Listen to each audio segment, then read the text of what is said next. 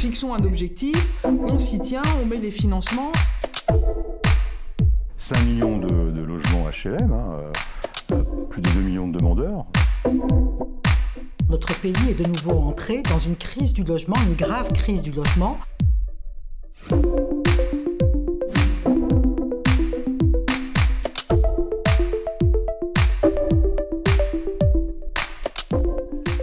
Bonjour à tous et bienvenue pour ce Parole Libre dans sa nouvelle version, inaugurée en janvier par Franck Martin. C'est déjà en ligne et bientôt disponible, celle-ci aussi, comme toutes les autres, sur le site de l'AFPOL. Ce sera à l'attention des acteurs du logement social. Alors pour rappel, au cours de cette année 2024, nous proposerons cette nouvelle formule avec 10 émissions sur ce modèle, c'est-à-dire un entretien d'une demi-heure environ avec un expert invité, je vous le présente dans un instant, sur les grands sujets d'actualité du secteur, suivi d'une deuxième séquence, elle sera plus courte, au cours de laquelle un acteur dit de terrain et ou un formateur viendra nous rejoindre pour réagir aux propos de l'expert, pour les confronter à son expérience personnelle, avec ses propres observations, avec sa pratique. Et nous avons donc le plaisir d'accueillir aujourd'hui un observateur très expérimenté des marchés du logement et des politiques de l'habitat dans notre pays, qui a une attention particulière d'ailleurs pour le parc locatif social. Bonjour Jean-Claude Drian. Bonjour Dominique. Universitaire, oui, urbaniste, professeur émérite, donc c'est l'école d'urbanisme de Paris, Université de Paris-Est, où vous êtes chercheur au Lab Urba, très actif sur ces questions. Et nous recevrons, après notre entretien, Jean-Claude Drian, Olivier Leblanc. Il est déjà présent dans ce studio, il va nous écouter. Il est ingénieur et architecte et il exerce aujourd'hui des activités de conseil auprès des bailleurs et de formation pour l'AFPOL. Après une longue expérience professionnelle, on en dira un mot, et même des fonctions à l'Union sociale de l'habitat. Il a été directeur d'un organisme, il viendra donc dialoguer. Invité donc pour commenter la situation actuelle du logement, mais je crois, Jean-Claude Drian, que votre nom avait déjà été avancé par l'AFPOL et ceux qui organisent tous ces débats. Nous avions déjà pensé à vous, mais c'était avant le discours de politique générale du Premier ministre Gabriel Attal, le 30 janvier dernier, et l'annonce, on peut dire surprise, de la correction de la loi SRU, très largement commentée, et pas toujours positivement dans la presse et surtout par les acteurs. Je cite vos premières lignes. Dès le lendemain, vous avez donné un article sur le site en ligne AOC à la veille du 70e anniversaire de l'appel de l'abbé Pierre. Écrivez-vous, le Premier ministre, je cite, a osé annoncer une remise en cause de la loi SRU, témoignant par là d'une profonde méconnaissance et d'une confusion entre les logements du logement social et ceux de l'immobilier commercial. C'est une erreur de diagnostic, selon vous. On part de là ? Oui, je pense que c'est d'abord une erreur de diagnostic. Alors, c'est un peu une provocation aussi, très probablement, mais on verra par la suite comment les choses vont se mettre en œuvre. Mais il me semble que dans un premier temps, c'est une erreur de diagnostic autour de l'idée que il y aurait un besoin particulier qui est réel de logements pour des ménages de classe moyenne, mais que les réponses à ce besoin-là pouvaient entrer sérieusement dans la définition de ce qu'est le logement social. Alors que les plafonds de ressources aujourd'hui pour accéder au logement social couvrent de fait une bonne partie de ce qu'on peut appeler les classes moyennes. Le problème aujourd'hui, c'est qu'il n'y a pas assez d'offres de logements sociaux pour répondre à ces besoins-là. C'est pas en introduisant un nouveau produit dans le décompte SRU qu'on répondra clairement à cette question. Donc, en clair, je reprends encore vos termes, ces déclarations ont plutôt exacerbé plutôt que résolu la crise. Absolument. Je vois mal comment les acteurs du logement social aujourd'hui pourraient accepter une formule comme celle-là. On va y revenir, y compris sur donc cette loi SRU qui est au cœur de ces déclarations. Mais revenons sur ce que nous avions prévu aussi de vous demander. On parle de production de logements, on parle de logements sociaux. On voudrait connaître un peu la situation. Il faut, je crois, partir des évolutions de ces dernières décennies, même plus que de ces dernières années, et peut-être de l'usage d'un terme « crise du logement ». Ce terme est très récurrent pour tous ceux qui, comme nous, comme vous surtout, étudient le secteur depuis si longtemps.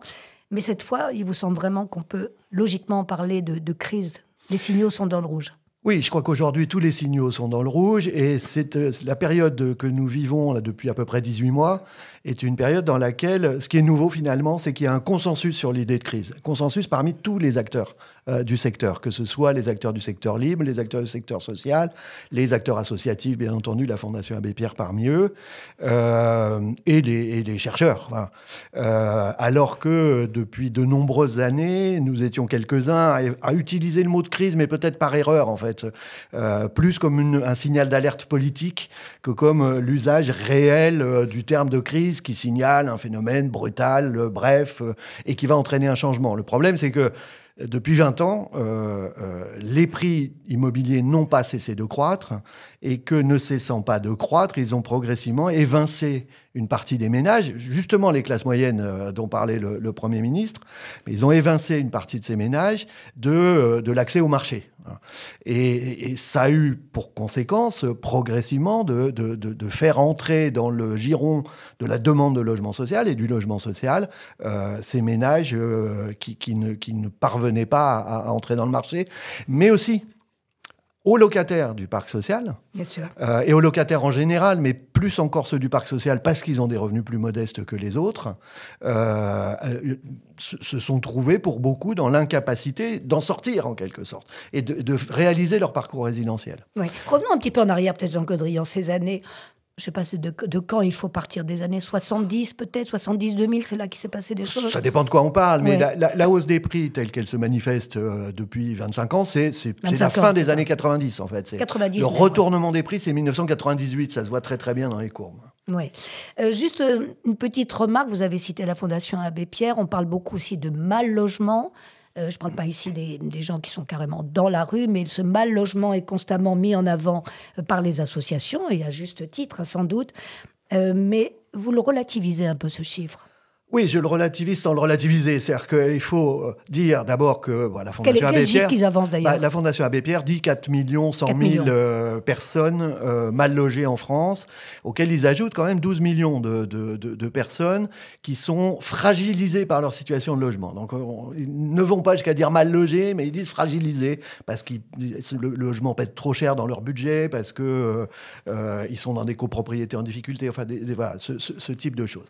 Mais si on en reste aux 4 100 000, je ne le relativise pas en disant c'est scandaleux dans un pays comme le nôtre qu'il y ait encore 4 millions de personnes et qu'on ne voit pas dans les statistiques décroître ce chiffre. En même temps, pardon d'utiliser ce terme, mais en même temps, 4 millions sur une population globale de 67 millions, ça ne suffit pas à dire crise du logement. Ça dit bien qu'on a un problème grave pour des personnes en situation grave, mais ça ne dit pas crise, ça ne suffit pas à dire crise du logement au sens large, parce que sinon ça voudrait dire que 94% des ménages en France seraient bien logés. C'est pas tout à fait ça qui se passe aujourd'hui. Claire, alors avant de revenir plus spécifiquement au logement social, on s'en rapproche ici dans vos explications. La France est un pays de propriétaires, vous nous dites. Si l'on compare avec d'autres pays européens, c'est vrai. Alors, la France est dans une situation médiane en Europe, entre des pays dont certains sont allés jusqu'à une monoculture de la propriété. On pense à une partie des pays de l'Europe de l'Est, on pense à une partie des pays de l'Europe du Sud, l'Espagne, le Portugal, la Grèce, dans lesquels on a beaucoup plus de propriétaires qu'en France. Et puis d'autres, comme une partie des pays germaniques, notamment l'Allemagne, la Suisse, dans lesquels on a encore une majorité de locataires. Alors en France, on est dans une situation intermédiaire avec 58% de ménages qui sont propriétaires de leur logement. C'est un peu plus de la moitié aujourd'hui. Et je trouve que le chiffre peut être encore plus important pour comprendre la situation du logement et peut-être aussi la difficulté à faire entrer cette question du logement dans le débat public. C'est que parmi ces 58%, les 2/3 n'ont pas de crédit en cours. C'est-à-dire qu'ils ont fini de payer, ou ils ont hérité de leur maison, ou de leur logement, etc. Et ils n'ont pas de crédit en cours. C'est-à-dire que pour ceux-là, c'est-à-dire presque 40% des ménages au total, l'effort financier pour se loger est assez modéré. Et du coup, leur situation masque un peu celle des autres. Et ce qui donne une idée absolument des immenses disparités, en fait, sociales et géographiques quand même, on peut le dire aussi. Absolument, sociales et géographiques. Et c'est vrai que Sur le plan social, le premier élément, c'est de dire que cette augmentation des prix et cette éviction progressive d'un certain nombre de locataires du marché du logement a approfondi l'inégalité entre ceux qui sont déjà dans le système et déjà propriétaires et ceux qui sont locataires et qui ne parviennent pas à en sortir.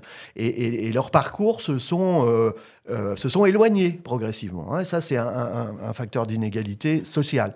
Et après, territorial, évidemment territorial, parce que la question se pose dans des termes tout à fait différents. Si on est à Saint-Étienne ou aujourd'hui, dans l'ancien, le prix du mètre carré tourne autour de 1 200 €, ou si on est à Lyon, où on tourne autour de 5 500, et si on est à Paris, où on dépasse les 10 000. Alors, autre cause, donc les prix sont inadaptés aussi à l'évolution des conditions de crédit. Là, on se rapproche un peu de situations plus récentes que tout le monde observe. L'inflation, bien sûr, dès la fin de 2021, la hausse des taux d'intérêt, on ne peut pas ne pas en parler. Ça nous emmène aussi sur la crise que connaît le logement social. On parle d'une crise de la demande, selon vous, Jean-Claude Drian, parce que le Premier ministre, je reviens encore à lui, a parlé d'un choc de l'offre nécessaire. Alors, on ne s'y retrouve pas très bien entre les deux. Non, ça c'est clair. Crise de la demande, là aussi, c'est quand même paradoxal et ça dépend qui parle, hein, parce que ça dépend ce qu'on appelle aussi crise de la demande. C'est-à-dire que les promoteurs, aujourd'hui, nous disent crise de la demande parce qu'ils ne parviennent pas à vendre leur logement, notamment à cause de l'évolution des taux d'intérêt, et d'autre part, des bailleurs sociaux qui peuvent aussi éventuellement parler de crise de la demande, mais de façon radicalement inverse, parce qu'en fait, leur demande ne cesse de croître et ne cesse d'augmenter. Donc voilà, la crise de la demande, c'est un terme ambigu. Ce que je voudrais quand même souligner, c'est que c'est vrai que tout le monde souligne, à juste titre, que le déclenchement de la situation actuelle, c'est la hausse des taux d'intérêt. C'est l'inflation et la hausse des taux d'intérêt qui est une réponse politique à l'inflation. Hein. Mais que donc beaucoup de ménages se trouvent exclus du système encore plus qu'avant. Mais le problème n'est pas tant le niveau des taux d'intérêt, qui ne sont pas si élevés que ça. Jusqu'à il y a peu, ils étaient encore inférieurs à l'inflation. Aujourd'hui, l'inflation est en train de baisser. Ils sont à nouveau un petit peu supérieurs. Hein. On dit même qu'ils étaient anormalement bas. Je ne sais pas si vous partagez ce point de vue. Alors, ils étaient très probablement anormalement bas jusque-là. Mais ces prix anormalement bas ont généré... Ces taux d'intérêt anormalement bas ont généré des prix anormalement hauts. C'est ça. Et ces prix anormalement hauts, aujourd'hui, ne baissant pas, ils ne s'adaptent pas, ils sont adaptés à des taux bas, et donc ils ne s'adaptent pas pour l'instant à des taux plus élevés. Alors pour se rapprocher de la situation du logement social, les bailleurs subissent aussi la hausse du taux du livret A. C'est un point important pour vous ? C'est un point important qui vient s'ajouter. On le rappelle, leurs emprunts sont indexés. Voilà, leurs emprunts sont indexés et c'est aujourd'hui un des acteurs qui emprunte à taux variable, hein, ce qui n'est pas le cas des ménages habituels qui aujourd'hui empruntent principalement à taux fixe, mais le monde du logement social emprunte à taux variable avec des prêts qui sont indexés sur le taux du livret A. Donc le taux du livret A a été multiplié par 6 quand même. On passe de 0,5 à 3%. 0,5 c'était même en 2022, c'était pas si lointain. Voilà, c'est tout à fait récent. Hein. Et effectivement, c'est une variable financière qui vient s'ajouter à d'autres variables financières et à d'autres accroissements des difficultés financières des bailleurs qui, elles, datent plutôt... dès le début des années 2000, avec le recul progressif des aides à la pierre, hein, des subventions directes à la production de logements sociaux, et qui a été considérablement accentuée par la réduction de loyer de solidarité en 2018 et à partir de 2018, parce que ça continue tous les ans, hein, 1,3 milliard prélevé. Et puis la hausse de la TVA. Qui s'applique à la production des bailleurs. Donc, c'est trois choses. Hein, si on regarde seulement la période récente, c'est la RLS d'une part, deuxièmement, la hausse de la TVA, troisièmement, la hausse du taux du livret A. Donc ça, c'est ça fait beaucoup. Une difficulté financière majeure. Ça fait beaucoup. Et donc, sur 12 mois, combien de logements mis en chantier ? Vous avez les chiffres, je ne veux pas vous poser de colle, mais à peu près. Alors, au niveau national, tout logement confondu. Tout logement confondu. En 2023, on est un peu en dessous des 300 000 mises en chantier, ce qui est un chiffre qu'on n'avait pas connu depuis la fin des années 90. Donc, ça fait un moment. Et sur le plan des logements sociaux, c'est toujours difficile statistiquement de comparer les chiffres parce que pour le logement social, on parle des agréments, c'est-à-dire des décisions de financement qui sont prises par l'État et qui font que des mises en chantier, parfois, elles vont venir dans 1 an, dans 2 ans, et la remise des clés à un locataire dans 4 ans. Ouais. Oui, on travaille sur le long terme. Donc, il on faut travaille le rappeler. vraiment sur le long terme.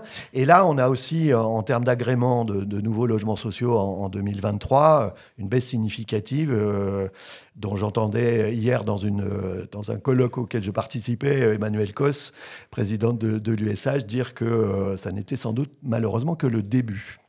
Alors, on va donc se rapprocher encore de la situation des bailleurs sociaux.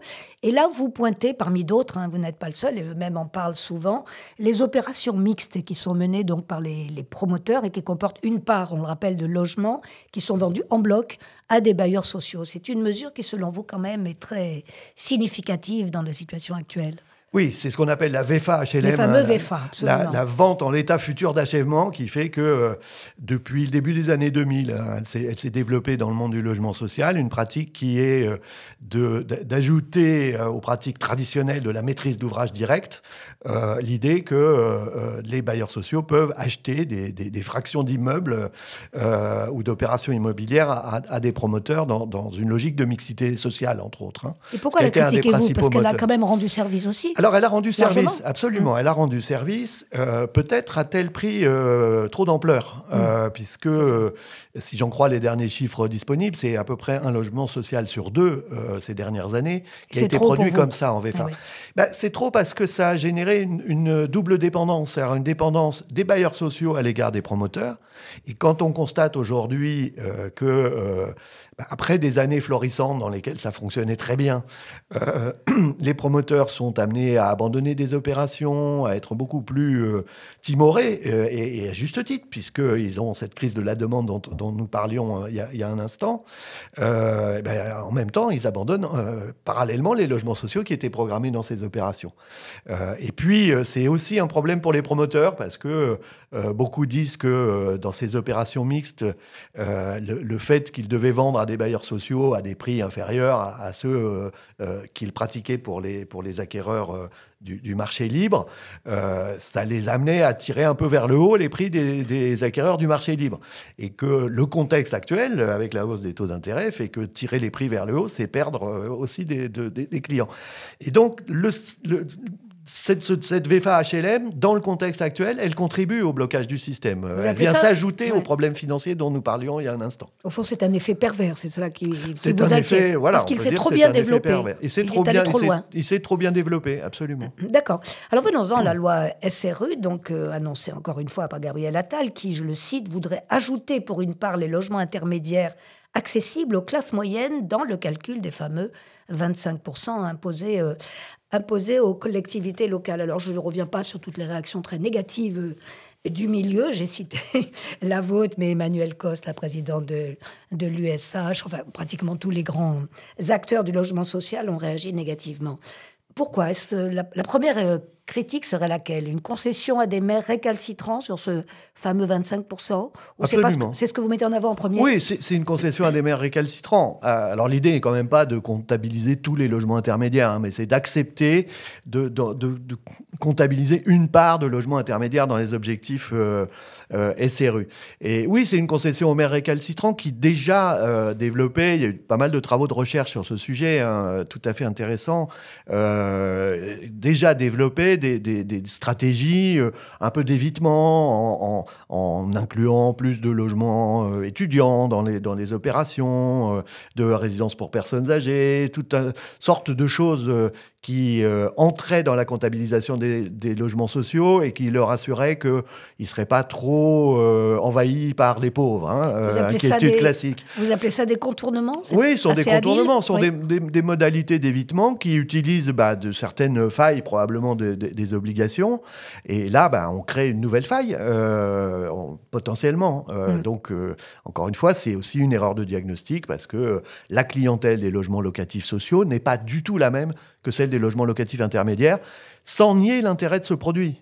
Mais il n'a pas à être comptabilisé comme un logement social. Oui, au-delà de vos propres travaux, Lab Urba et les chercheurs qui vous entourent, Jean-Claude Drian, je voudrais citer l'étude de Terra Nova, intéressante aussi, qui donne une perspective assez peu positive, il faut le dire, des 3 années qui viennent et qui ajoute l'approche, à partir de 2025, car on en parle toujours assez vite en France, des élections municipales et intercommunales de l'année suivante, 2026, ne devrait pas être très favorable. C'est aussi votre analyse ?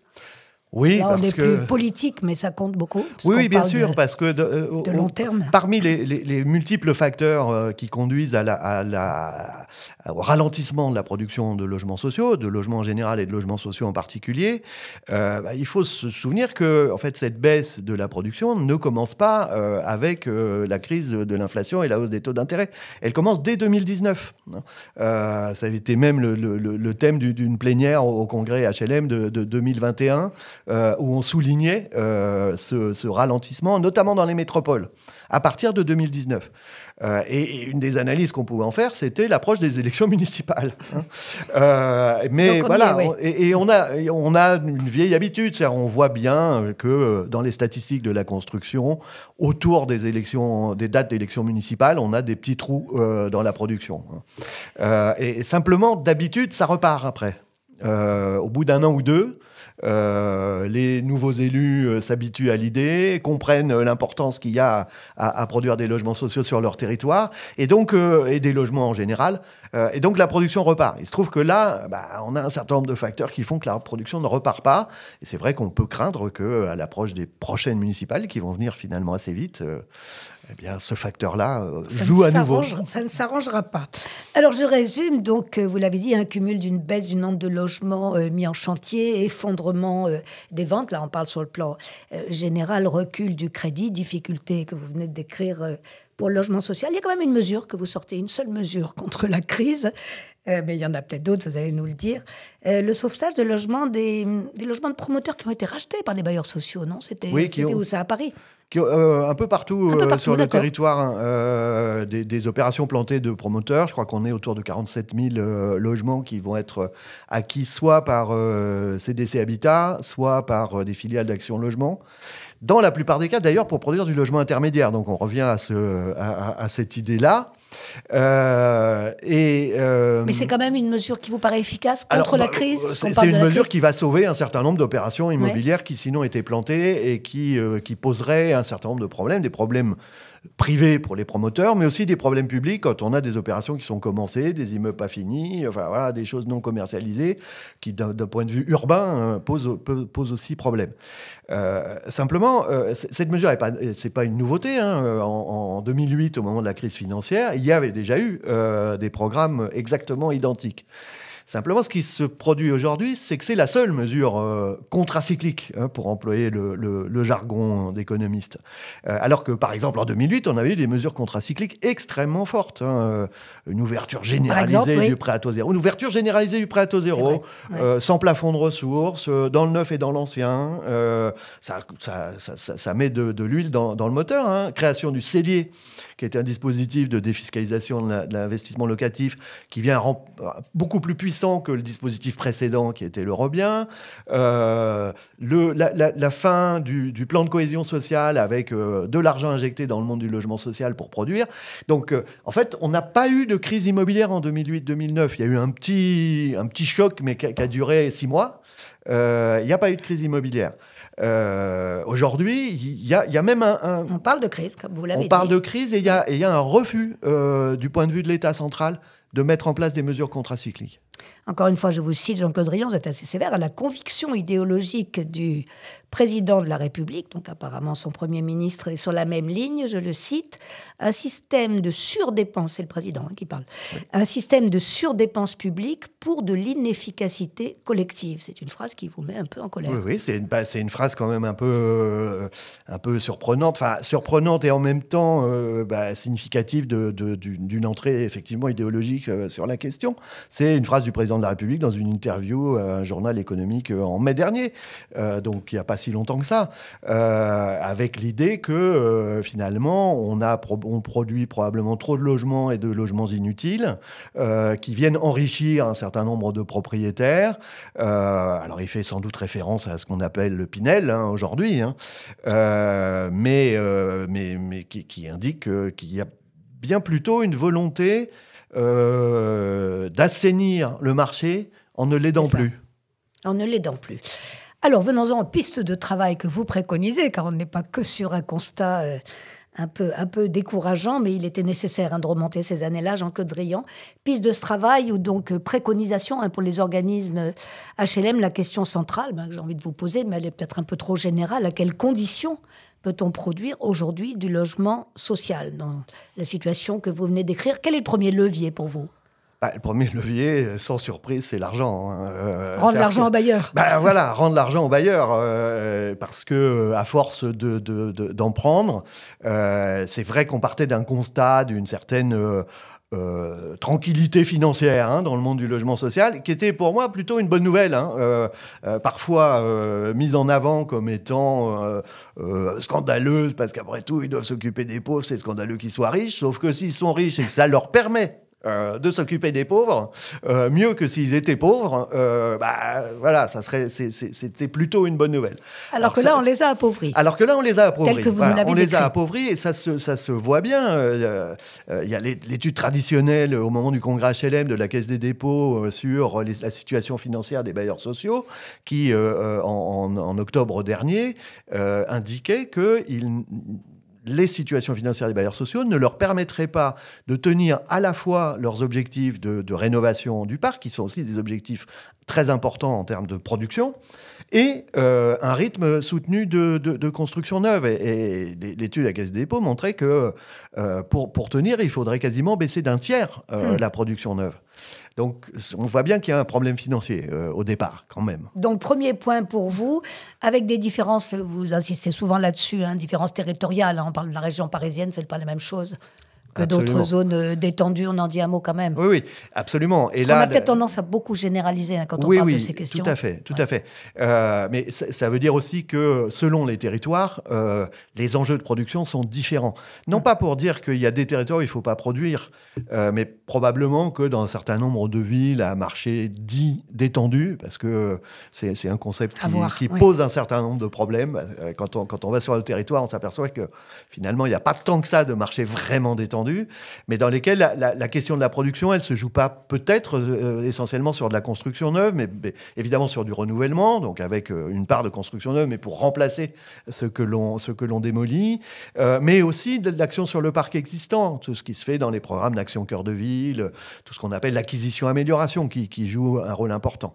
Et puis, dans les grandes villes ou les métropoles où les marchés sont beaucoup plus tendus, là, on voit qu'on ne s'en sortira pas en termes de réponse à la demande si on n'accélère pas la production. Et la différence, après, en termes de production, elle se fait beaucoup sur le coût du foncier.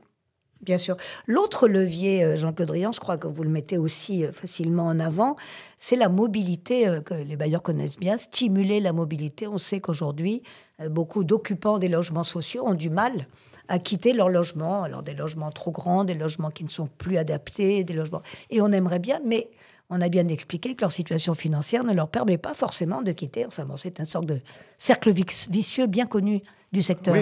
Et mais comment faire pour stimuler la mobilité? Alors, quand on regarde les statistiques, effectivement, on constate que depuis le début des années 2000, donc c'est pas nouveau non plus. C'est pas nouveau. On a un ralentissement fort, surtout là où les marchés sont les plus tendus. On a un ralentissement fort de la mobilité, de sortie du parc social. Et ça pose la question plus large que celle du logement social, de ce qu'on appelle aujourd'hui, c'est entré dans le vocabulaire français depuis quelques années, le logement abordable. C'est-à-dire l'idée que, au-delà du strict logement social, dont la nécessité reste extrêmement forte, bien sûr, c'est pas une concurrence, c'est en plus. C'est de dire que il y a besoin de continuer à développer des formules, notamment d'accession sociale à la propriété.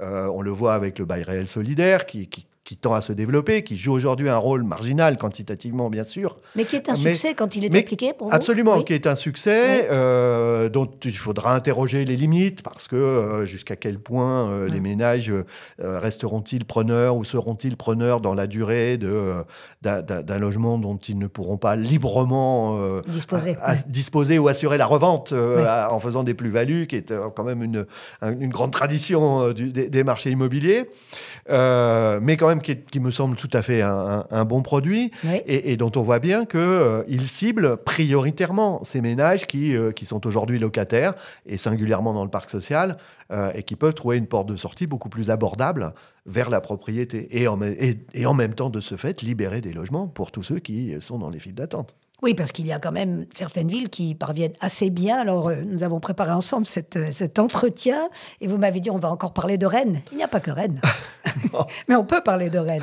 Oui, on peut parler de Rennes. Pour montrer un peu quelques modèles sur lesquels qui pourraient inspirer les autres. Oui, alors on peut parler de Rennes, qui a été une des premières villes justement à développer le BRS. Pas la première, mais une des premières, avec une politique assez offensive en la matière, en disant désormais toute l'accession sociale à la propriété passera par ce produit BRS, avec l'idée d'un loyer unique dans le parc social qui vise à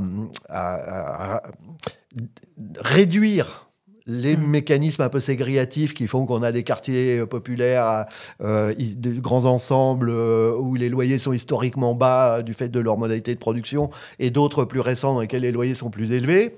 Je cite à nouveau notre nouveau Premier ministre, Gabriel Attal, la loi SRU fabrique des ghettos.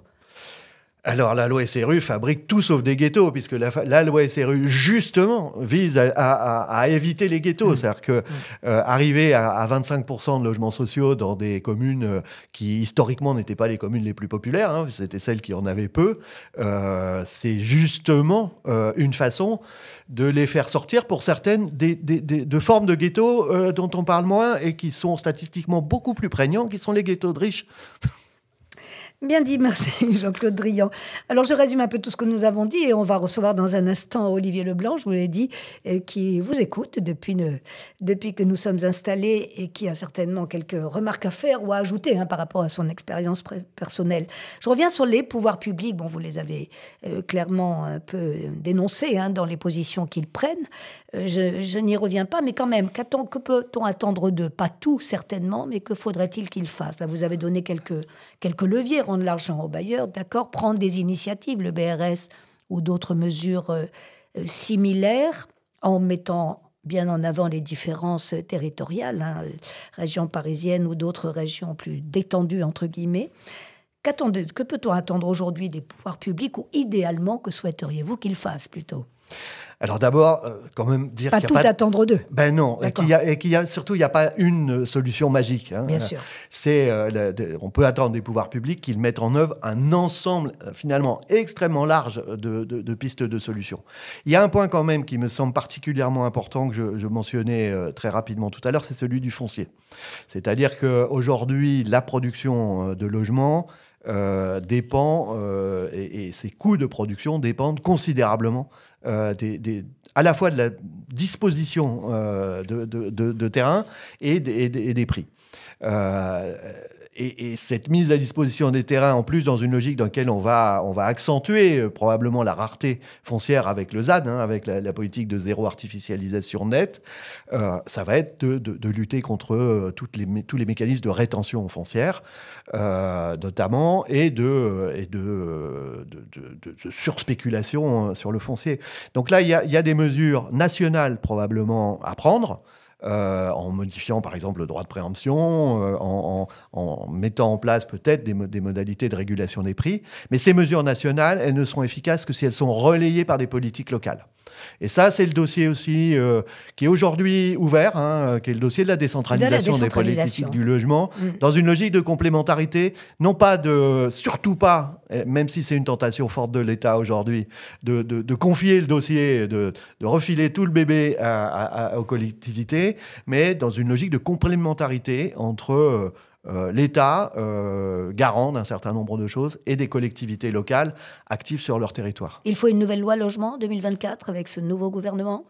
C'est l'idée. Le faut-il oui, probablement, notamment avec cet accent sur le lien entre le logement et l'urbanisme et la décentralisation. Voilà. Oui, qu'on le veuille ou non, l'État reste quand même prescripteur et régulateur. Oui. On ne peut pas lui enlever ça. Oui, à condition que les règles qu'il met en place restent stables et aillent dans le même sens. Regardons les discussions autour de SRU. Eh bien, merci Jean-Claude Drillon pour cette analyse et ces perspectives aussi quand même, pas forcément optimistes, mais il y a des pistes, on en a dessiné quelques-unes. Je vous propose maintenant d'accueillir Olivier Leblanc, donc, qui vous a écouté, je l'ai dit, et qui va venir ajouter quelques questions aux miennes, ou peut-être parler de son expérience de terrain et de formateur, je le précise, puisqu'il intervient aussi comme formateur à l'AFPOLS. On le reçoit tout de suite.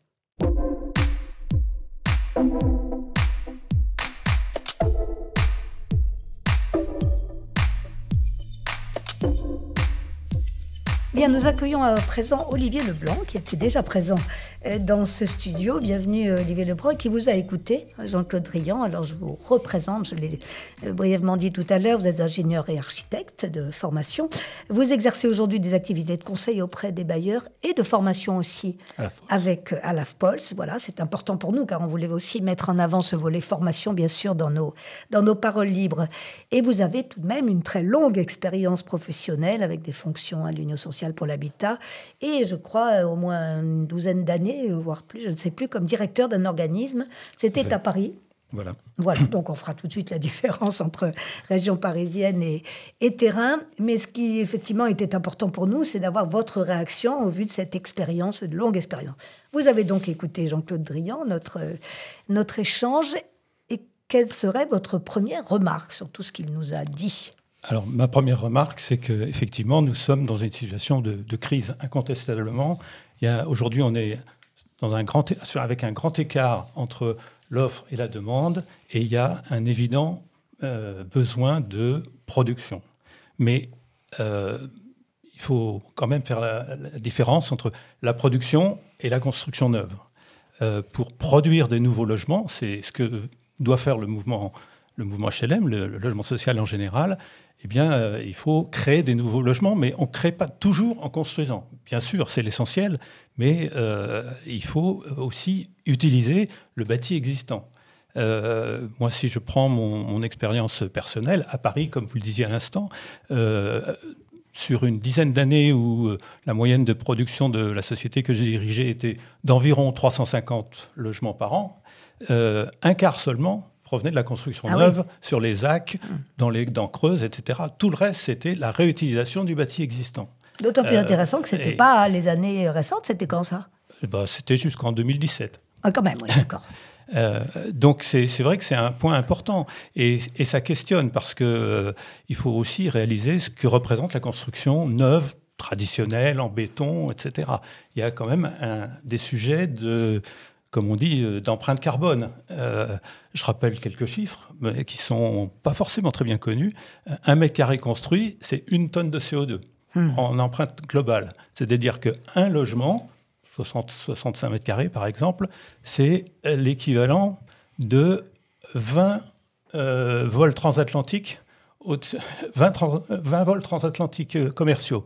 Et si on prend 150 000 logements, ça fait 3 millions de vols transatlantiques au-dessus de Paris-New York, par exemple. Donc c'est considérable. Et il faut donc essayer de voir comment on peut construire en essayant d'économiser un peu toute cette production de gaz à effet de serre. Merci de rappeler ces chiffres d'abord qui sont très impressionnants, très frappants, et puis surtout de mettre l'accent sur l'enjeu environnemental. Ça ne veut pas dire que Jean-Claude Drillon ne s'y intéresse pas, mais je pense que c'est très important. En d'autres termes, produire n'est pas forcément construire à partir de rien. Jean-Claude Drillon, c'est ce qu'il faut savoir aujourd'hui en 2024. Bien sûr, c'est aujourd'hui le mot produire est le mot le plus important, effectivement. Exactement. Et c'est vrai que ça dépend beaucoup des territoires. C'est vrai. Bon, moi, je suis aussi un peu parisien en quelque sorte, puisque je suis administrateur de Paris Habitat. Et de fait, depuis le début des années 2000, une partie majoritaire de la production nouvelle de logements sociaux à Paris, elle s'est faite en achetant des immeubles existants, etc. Et c'est vrai que l'ADEME, par exemple, quand elle construit ses scénarios de décarbonation, l'agence d'État pour la maîtrise de l'environnement, montre que dans les scénarios de décarbonation à échéance 2050, le scénario le plus efficace, j'ouvre les guillemets, suppose une réduction drastique de la construction neuve. Alors, ça pose le débat. C'est pas tout à fait ce qu'on voit, si on est, pour être franc. Ça reste minoritaire ou pas ? Ça dépend des territoires. Comme disait Jean-Claude Trian, ça dépend vraiment des territoires. Ouais. Et puis, il y a à la fois des réponses techniques, qu'on connaît un peu, l'utilisation du bois, du chanvre, tous les matériaux un peu verts, si on peut dire. Et puis, il y a des réponses d'opportunité, parce que les bailleurs, il y a des opportunités partout. Je peux citer quelques pistes, par exemple. Bon, évidemment, il y a toutes les acquisitions, réhabilitations des immeubles anciens, ça c'est évident. Mais il y a aussi les logements vides. Faut pas oublier que sur 35 millions de logements hors résidence secondaire, il y a quand même 3 millions de logements vides. Donc on peut se dire, il y a peut-être des choses à faire aussi pour les bailleurs sociaux au niveau des logements vides. Effectivement, c'est pas révolutionnaire, mais il faut additionner toutes ces pistes pour essayer de trouver des solutions. Il y a les bureaux. Les bureaux, il y a 3 millions de mètres carrés de bureaux qui sont obsolètes et pas utilisés. Donc là, il y a eu quelques expériences de transformation de bureaux en logements. Je pense qu'il faut continuer. Il y a ensuite tout ce qui est surélévation du bâti. Il y a des potentiels importants. À Lyon, il y a eu une étude de fait qui rajoutait des étages, en respectant les règles d'urbanisme, évidemment. Donc là, il y a des perspectives. Il y a aussi des perspectives en donnant une deuxième vie à des bâtiments, des équipements, par exemple. Je prends encore l'exemple parisien, excusez-moi, mais la caserne des Minimes, dans le 3e arrondissement, on a fait 70 logements sociaux dans l'ancienne caserne de gendarmerie dans le 3e arrondissement. On a fait 35 logements dans une école rue de Monceau. On a utilisé la structure d'un garage rue du Faubourg-Poissonnière pour faire aussi 35 logements. Enfin, il y a pas mal d'exemples comme ça, et c'est des opportunités, il faut savoir les saisir, il faut que les bailleurs les saisissent pour trouver. Et il y a d'autres pistes encore. Jean-Claude Drian, ça pose la question aussi de la responsabilité du bailleur et peut-être de son manque supposé, j'en sais rien, vous allez nous le dire, d'initiative. Au fond, ces idées que nous avance ici Olivier Leblanc, on ne les trouve pas partout. Est-ce que le bailleur ne devrait pas un peu plus aussi réfléchir à d'autres possibilités que celles qu'il a coutume d'utiliser ? Oui, alors, encore une fois, ça dépend des bailleurs, et que certains bailleurs sont plus aventureux, osent plus. Mais c'est vrai que développer toutes ces pratiques que vous venez d'énumérer, dont je partage totalement l'idée et le diagnostic, mais ça suppose de faire évoluer les métiers. Et ça suppose aussi... Mais les mentalités aussi. Et les mentalités, les métiers, et aussi quand même, et c'est là que l'exemple de Paris... et pose un peu problème, c'est développer le modèle économique. Et le modèle économique de la reprise de bâtiments existants, il est aujourd'hui fragile. Ça coûte en réalité souvent plus cher que de construire des logements neufs. Et bon, à Paris, il y a un appui tellement fort de la ville de Paris sur le plan financier que ça aide à faire, et que c'est vrai que dans une ville comme Paris, c'est la condition pour produire. Sinon, le foncier est encore plus rare qu'ailleurs. Oui. Mais dans d'autres villes où la pression du marché n'est pas la même, la pression du foncier n'est pas la même, les coûts ne seraient pas du tout dans les mêmes proportions qu'à Paris. Ils seraient moins élevés aussi. Ça peut être faisable dans d'autres villes. Oui, mais pour avoir un peu travaillé sur des opérations dans le cadre d'Action Cœur de Ville, c'est-à-dire dans des villes moyennes, dans des centres anciens, dans lesquels il y a un vrai problème d'attractivité du parc. Il y a des logements dans lesquels les familles ne veulent pas habiter, il faut monter des escaliers étroits, où il faut passer par le fond des commerces pour accéder au logement, etc., etc. Ce sont des travaux de restructuration assez lourds, dans lesquels, en plus, souvent, il faut acquérir 4 logements pour en faire 2, etc. Et où les opérateurs disent, et on peut les comprendre, comprendre, mais ça veut dire qu'il faut qu'ils apprennent, il faut qu'ils s'adaptent. Ils disent chaque opération est un prototype. Voilà. Contrairement à la production neuve où finalement on a ses habitudes, on sait où on va et on sait où on arrive. Ouais. Et là, voilà, il y a des incertitudes. Je pense qu'il faut vraiment travailler au modèle économique, y compris dans la façon dont les collectivités territoriales appuient, aident, accompagnent ce type d'opération. Et puis il faut que les organismes de logement social retrouvent un peu de compétences en maîtrise d'ouvrage, parce que comme vous l'avez très bien dit tout à l'heure, les acquisitions de logements en VFA ont fait perdre de la compétence en maîtrise d'ouvrage. Ouais. 52%, on a parlé de dépendance. 52% de la production en VFA fait que les organismes ont fait un peu maigrir, disons, leur service maîtrise d'ouvrage. Et aujourd'hui, pour repartir à l'assaut d'une nouvelle production, eh bien, il faut retrouver ses compétences. C'est pas le moindre des problèmes. Oui. Olivier Leblanc, je l'ai dit, vous êtes aussi formateur. Dans ce que nous a dit Jean-Claude Riant, dans ce qu'on dit là en ce moment, justement, sur ce manque peut-être d'initiative de certains bailleurs, quel peut être le rôle de la formation ? Est-ce qu'elle vous paraît à ce stade utile, nécessaire ? Est-ce qu'elle est réclamée par les bailleurs ? Je ne sais pas. Alors, moi, dans les secteurs où j'interviens effectivement sur les acquisitions en VFA, et qui est un sujet un peu stratégique. En général, c'est les directeurs de la production, les directeurs de la construction qui suivent ces formations. J'insiste sur les limites du schéma de l'acquisition auprès des promoteurs. Et sur la formation des administrateurs, parce que je reviens sur ce qui est un peu une de mes marottes, c'est que les administrateurs des sociétés et des offices ont besoin d'être formés parce qu'il y a un turnover et puis ce n'est pas toujours des spécialistes. On ne peut pas leur faire voter n'importe quoi, prendre n'importe quelle délibération. Eh bien, il faut les former. Eh bien, c'est effectivement intéressant d'appuyer sur ces points-là pour qu'ils soient sensibilisés aussi, parce que c'est évidemment collectivement avec les collectivités territoriales, avec l'ensemble des acteurs du logement, qu'on peut essayer de surmonter cette crise. Et de toute façon, il faudra bien la surmonter. Oui, parce qu'ils ont quand même un peu la tête dans le guidon, mais ce n'est pas une critique, c'est que le quotidien est très lourd et très chargé. Donc, est-ce qu'ils ont... Comment faire ? Là aussi, la recherche peut les y aider. Jean-Claude Riant, je crois que... La recherche, sans doute, mais la formation, je crois que c'est un enjeu absolument majeur et qui renvoie à l'ensemble du secteur. C'est les bailleurs sociaux, entre autres, les administrateurs, bien entendu, mais c'est l'ensemble du secteur du logement qui doit adapter ses façons de faire et donc passer par de la formation. Ça va de l'artisan qui fait de la rénovation énergétique, aujourd'hui pas toujours très bien, aux bailleurs sociaux sur de nouvelles façons de produire. Parce que les enjeux de production restent forts. On peut dire qu'il y a un problème de bilan carbone de la production. Je crois qu'il faut le dire, il ne faut jamais l'oublier. Probablement que la construction neuve, au sens strict traditionnel du terme, va reculer dans les décennies à venir. Mais ça ne veut pas dire qu'il ne faut pas produire du logement. Voilà. Tout à fait. Et cette évolution-là, elle suppose que l'ensemble du secteur apprenne des nouveaux métiers. Autre remarque que vous avez envie de nous faire, Olivier Leblanc, à partir de cet entretien avec Jean-Claude Riant ? Pour reprendre le témoin tout de suite sur l'augmentation de la production, je pense aussi personnellement qu'il faut que le logement locatif intermédiaire se développe. Parce que c'est aussi comme ça qu'on arrivera en partie à sortir du parc social les gens qui sont sur loyer. Il ne faut pas oublier qu'il y a un peu plus de 5 millions de locataires. Il y en a 800 000 qui sont au surloyer. Donc des gens qui ont des ressources supérieures au plafond, qui pourraient ou voudraient, dans les deux cas, sortir du parc social. On revient à la question de la mobilité. Pour aller dans le parc social, il faut qu'ils ne peuvent pas aller dans le parc privé bien souvent. Le locatif intermédiaire est une solution.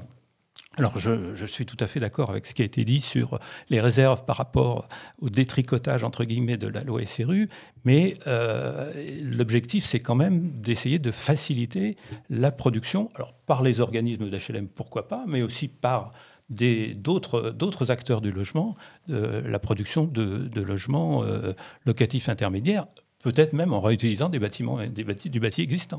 Oui, car les besoins sont bien là.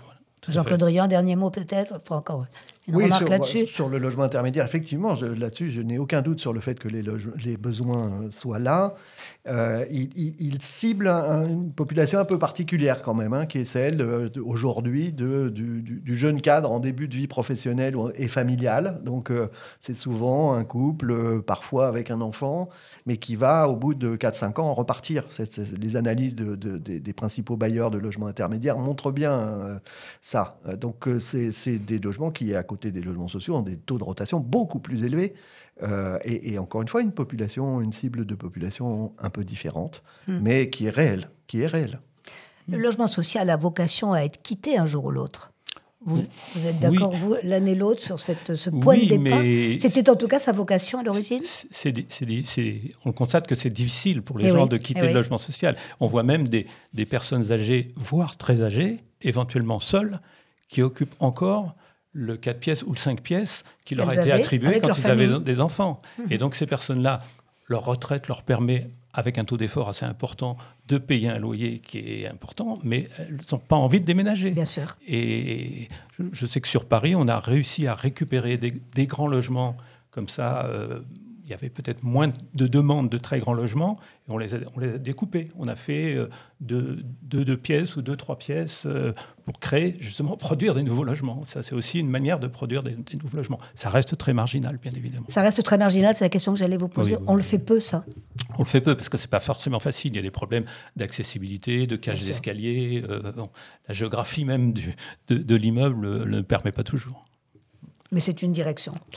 On va conclure, sans doute. Jean-Claude Drillon, un dernier mot là sur ce court échange. Qu'est-ce qu'il a mis en avant, Olivier Leblanc, qui vous paraît effectivement prioritaire du point de vue des bailleurs? Il a mis en avant l'idée qu'il faut toujours marcher, il faut toujours avancer et constamment faire évoluer les pratiques pour s'adapter à l'évolution des besoins, des marchés locaux, des situations locales.